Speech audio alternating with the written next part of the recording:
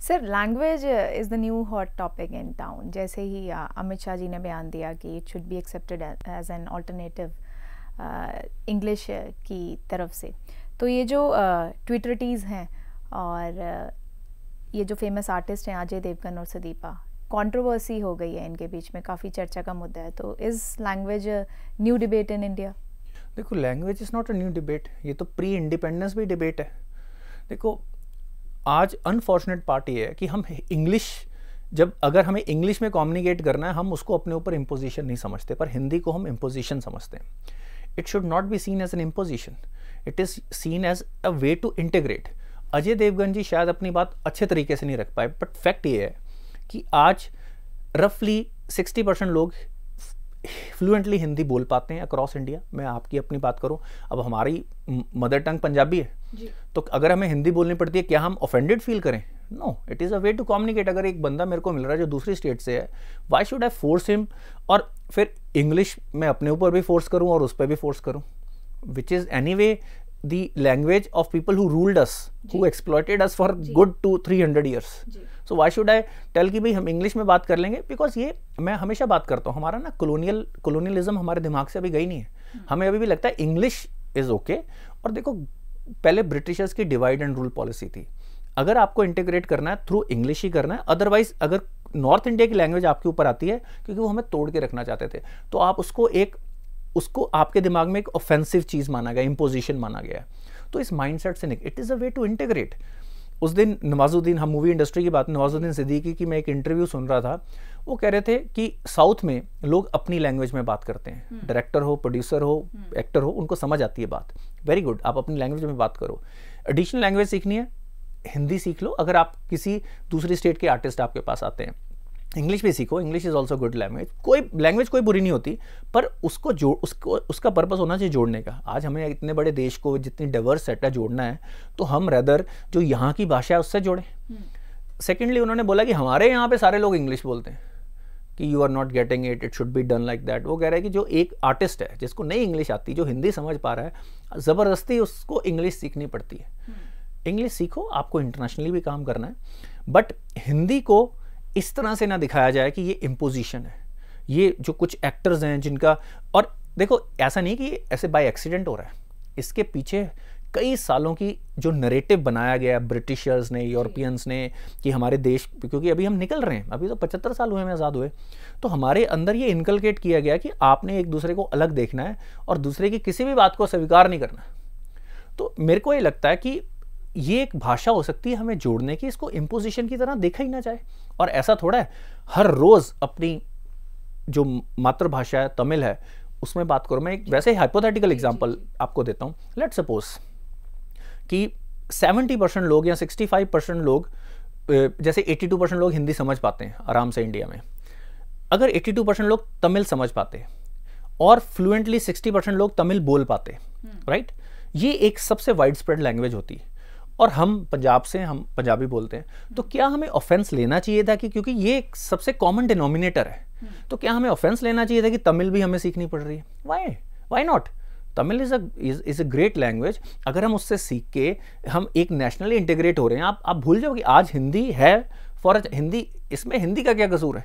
हिंदी तो एक लैंग्वेज है ना, बाई चांस ज़्यादा लोग समझ पा रहे हैं। अगर ये तमिल होती या बंगाली होती तो हमें वो सीखनी चाहिए थी, क्योंकि वो हमारे यहाँ की भाषाएं हैं, वो हमें एक कॉमन भाषा हमारी बंगाली हो सकती थी। आज इंग्लिश भी है, पर Hindi right now is the most well positioned. इसको आप किसी और, इसको अब देखो पॉलिटिकल पार्टीज का तो इंटरेस्ट होता है, जो रीजनल पार्टीज हैं वो तो इस बात पे अड़ी रहेंगी कि भाई हिंदी बोल दिया आपने तो हमारी आइडेंटिटी छीनने की कोशिश कर दी, क्योंकि उनका वो, अगर जो रीजनल पार्टीज हैं वो रीजनलिज्म के थ्रू ही चलती हैं, वो सेपरेशन से ही आप अपनी आइडेंटिटी बना पाती हैं, ये उनकी मजबूरी है। अब आपने अक्रॉस इंडिया, अगर आपने एक नेशनलिस्ट माइंडसेट, सबका इंटीग्रेटेड माइंडसेट बनाना है, तो then some language has to be there. तो क्या आप एक यूनाइटेड इंडिया इंग्लिश के थ्रू बना सकते हो? That is not our language, that is the language of our ex rulers, जिनकी हम सब्जुगेशन में थे। तो हमें उस माइंडसेट से निकलना है।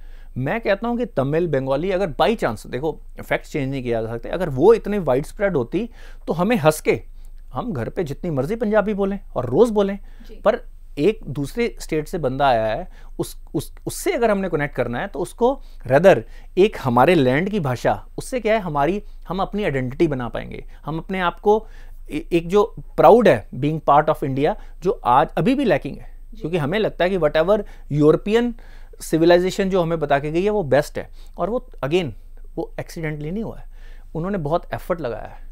उनके लिए ये अभी भी हम कॉलोनाइज्ड ही हैं, उन्होंने अभी भी हमें यही बताना है कि ये बेटर है। तुम्हें ऐसे, अगर आप नेशनलिस्ट बात करते हो तो वेस्टर्न मीडिया लिख देगा कि देखो जी ये नेशनलिस्ट एजेंडा सब पे थोपा जा रहा है, जबकि अपने देश को वो एक देश की तरह ही ट्रीट करेंगे। उनके लिए नेशनलिज्म इज ग्रेट, वो अपने इंटरेस्ट के लिए पूरी दुनिया में कहीं भी बखेड़ा खड़ा कर देंगे, कहीं भी अटैक कर देंगे।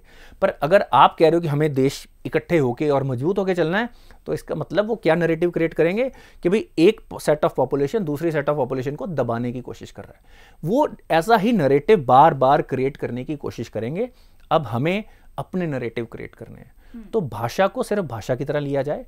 It is not a way of ruling you, है ना। और अदर देन इंग्लिश, अगर हम इंग्लिश को ही एक सबसे प्रेफर्ड लैंग्वेज मानते रहेंगे तो हमारे दिमाग इंडिपेंडेंटली सोचेंगे नहीं। हम हमेशा ही थोड़ी सी एक, आज हम इंग्लिश बोल के लोग, मैं अपनी भी बात करूं, मैं पंजाबी मीडियम स्कूल में पढ़ा हूं, राइट, एक सर्टन एज तक, तो इंग्लिश बोल के मैं भी बड़ा अच्छा फील करता हूं, क्योंकि मेरा माइंड, चाहे मेरे को कुछ समझ आ गई है, पर जो इतनी जनरेशन से हमारे दिमाग में डाला गया ना, उससे अब हम निकलने की जरूरत है कि हम हिंदी में अपनी चीज़ें समझ सकते हैं, हम बेटर डीपर समझ सकते हैं। आप माने चाहे ना माने, हमें जितनी मर्जी, हम जो जितनी डेप्थ से हम अपनी लैंग्वेज में समझ सकते हैं, पंजाबी में तो और भी बेटर समझ सकते हैं, राइट, हिंदी में हम बेटर समझ सकते हैं, राइट। तो मेरा ये व्यू है कि भाई इसको, लैंग्वेज को जोड़ने वाले तरीके से सोचा जाए, और हम एक बेनिफिट ऑफ डाउट दें अपनी गवर्नमेंट को भी कि वो भी जोड़ना ही चाहते हैं, वो देश को जोड़ना चाहते हैं, वो किसी को इम्पोज नहीं करना चाहते। कोई ये नहीं कह रहा है कि Hindi speaking is better than Tamil speaking, no, this is not the reason. The reason is it will make it easy, it will unite us, और हम एक दूसरे की बात को अच्छे तरीके से समझ पाएंगे। सर, और विश्लेषण चाहूँगी थोड़ा इस टॉपिक पे, इंटीग्रेटेड माइंडसेट की और नेशनलिज्म की आपने बात की है, जैसे शायद इसी से रिलेटेड है ये कि least percentage of general Hindi speakers are in Tamil Nadu, and Tamil Nadu has been campaigning against the idea of this national language.